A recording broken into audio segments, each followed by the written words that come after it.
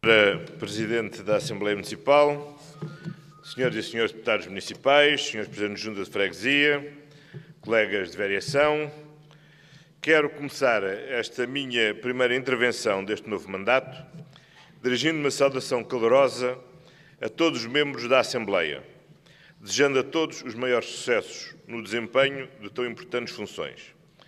Dirijo uma saudação em particular aos que foram agora eleitos pela primeira vez e que conhecerão certamente a responsabilidade, mas também o gosto, de servir aqui, desta forma, a cidade de Lisboa. A todos, renovo o compromisso, colaboração leal e empenhada por parte de todo o Executivo Municipal. Colaboração que entendemos muito para além da normal relação institucional, com a consciência de que o diálogo e a participação são elementos centrais ao bom governo da cidade de Lisboa. Permitam-me que dirija ainda uma palavra especial à Senhora Presidente da Assembleia Municipal. Os portugueses conhecem bem a Helena Roseta, com todas as suas enormes qualidades cívicas e políticas. Mas os lisboetas puderam testemunhar de forma mais direta, ao longo dos últimos anos, a sua ação ao serviço da cidade, como vereadora no Executivo. É esse empenhamento constante pelas causas da cidadania, da justiça e da coesão social, que agora estou certo, será a marca da nova presidência da Assembleia Municipal. Por isso, Sra. Presidente, boa sorte e muitas felicidades a bem da nossa cidade.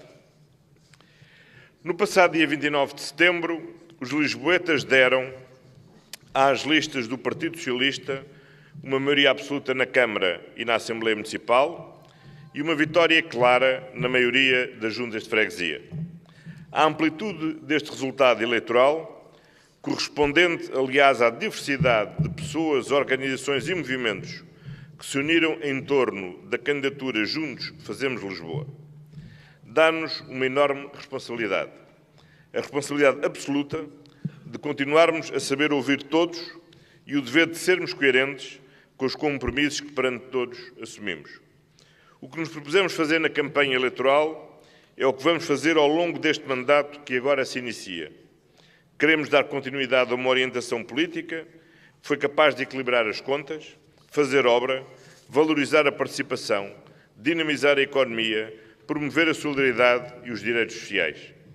No contexto de profunda crise nacional, esta demonstração é cada vez mais necessária, sendo a compatibilidade entre a gestão rigorosa dos recursos e o desenvolvimento social uma marca central do mandato que agora se inicia. As linhas políticas centrais para o mandato foram estabelecidas no programa eleitoral da maioria, que será agora traduzido nas grandes opções do plano para o governo da cidade entre 2014 e 2017, que dentro em breve serão discutidas aqui na Assembleia Municipal. O primeiro eixo é termos uma Lisboa mais próxima, em que a conclusão da reforma administrativa, com a descentralização de competências para as juntas de freguesia, é sem dúvida a marca mais estruturante, mas onde a melhoria da qualidade dos serviços urbanos, em especial da higiene e limpeza, é indiscutivelmente a primeira prioridade. O segundo eixo, uma Lisboa empreendedora, que saiba favorecer a instalação de novas empresas e melhorar a competitividade da cidade e a empregabilidade dos jovens. Terceiro eixo, uma Lisboa inclusiva, com rendas acessíveis, creches e jardins de infância, onde os espaços verdes, o comércio e os transportes de qualidade sejam centrais para atrair e fixar novas famílias. Quarto eixo, uma Lisboa sustentável, que saiba aproveitar o financiamento comunitário previsto para a melhoria da eficiência energética e para organizar um grande programa de reabilitação urbana, que garanta a acessibilidade universal, removendo barreiras arquitetónicas e criando percursos confortáveis, e que consolide a estrutura ecológica da cidade. Finalmente, um quinto eixo, uma Lisboa global, uma cidade que valoriza a universalidade das descobertas, que se enriquece tanto no diálogo intercultural como na afirmação identitária do fado, que se equipa para atrair turistas, mais cruzeiros e congressos, que se insere nas redes globais da cultura e da criatividade, da ciência e da inovação, e que se afirma na fachada atlântica como capital do mar. Senhora Presidente, senhores membros da Assembleia Municipal, coincide com o início do novo mandato, o início do novo processo orçamental para 2014.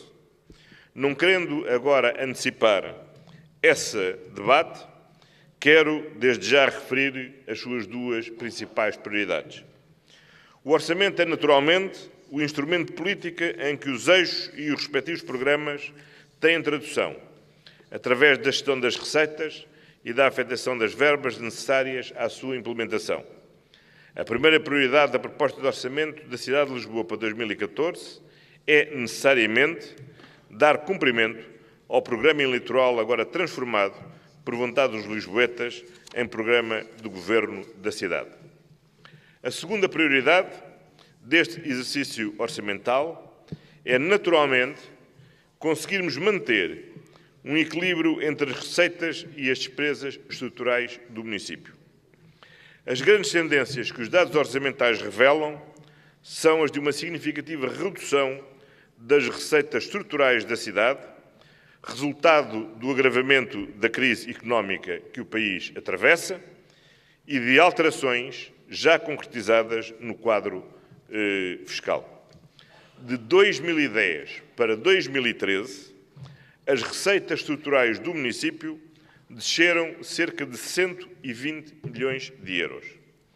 Temos, pois, um desafio estrutural pela frente, o desafio de manter o equilíbrio das nossas contas. Defendemos a continuação da estabilidade do quadro fiscal que definimos, um quadro fiscal competitivo ao nível do IRS, do IMI e da derrama.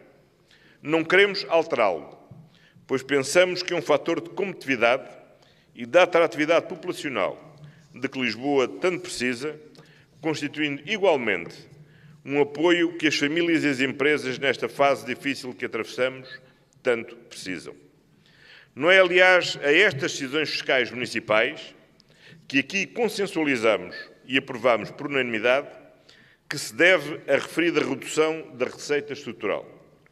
Essa quebra está antes relacionada com o prolongamento dos efeitos da crise, mas também com algumas decisões governamentais muito concretas, de que destaco algumas alterações ao IMI, cujas receitas ficaram muito aquém daquilo que tinha sido anunciado, ou as decisões relativas à tributação dos grupos económicos para efeitos de derrama.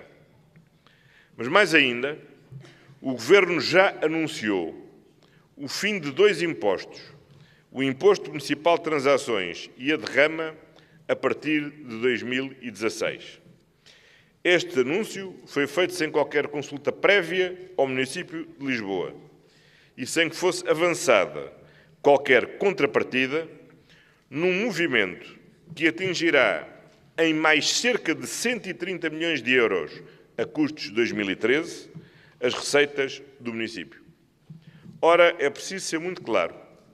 Não é possível acomodar os efeitos da crise económica com mais esta alteração estrutural na receita do município de Lisboa. Temos, por isso, de encontrar alternativas. Lisboa é a grande responsável pelo aumento das receitas geradas pelo turismo a nível nacional e empenha-se em criar as condições necessárias a esse crescimento, mas nada recebe em troca, nem como taxa de turismo, nem sequer em sede de IVA. Lisboa tem 545 mil habitantes, mas, de facto, entre residentes, trabalhadores, estudantes e turistas, estamos a falar da multiplicação daqueles que, em permanência, estão na cidade de Lisboa e que, de facto, contribuem para o seu financiamento, relativamente a todos aqueles que beneficiam dos serviços prestados pela cidade.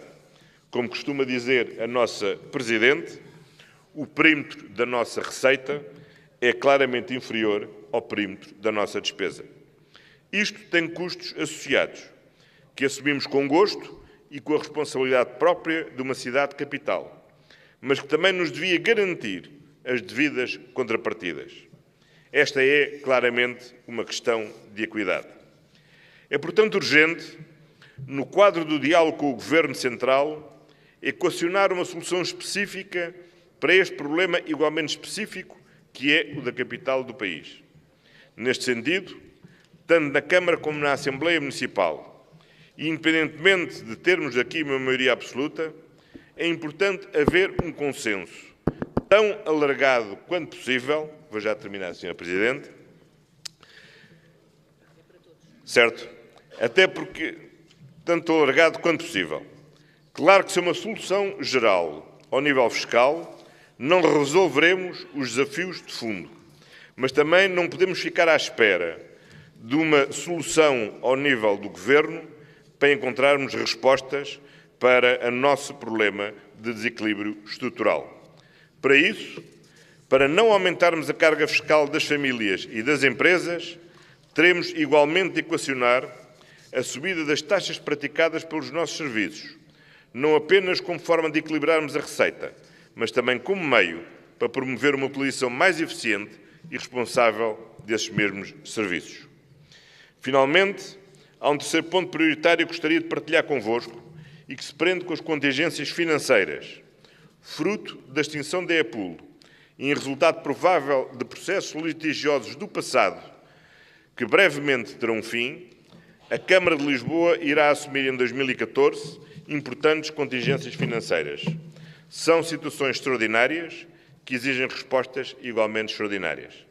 Não sou a favor da criação de receitas extraordinárias para fazer face às despesas correntes, mas defendo-as claramente para situações de exceção, como são estas de que vos falo. É a única maneira de podermos evitar que o serviço da dívida camarária atinja níveis tais que ponham eventualmente em causa o cumprimento do nosso programa do Governo, os investimentos necessários ou até o regular funcionamento dos serviços que prestamos. Senhora Presidente, senhoras e senhores deputados, o início do novo mandato é sempre um momento de renovação de votos, esperanças e expectativas.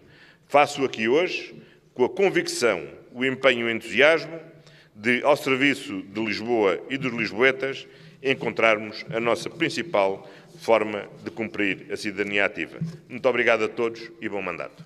Muito obrigado, Sr. Presidente.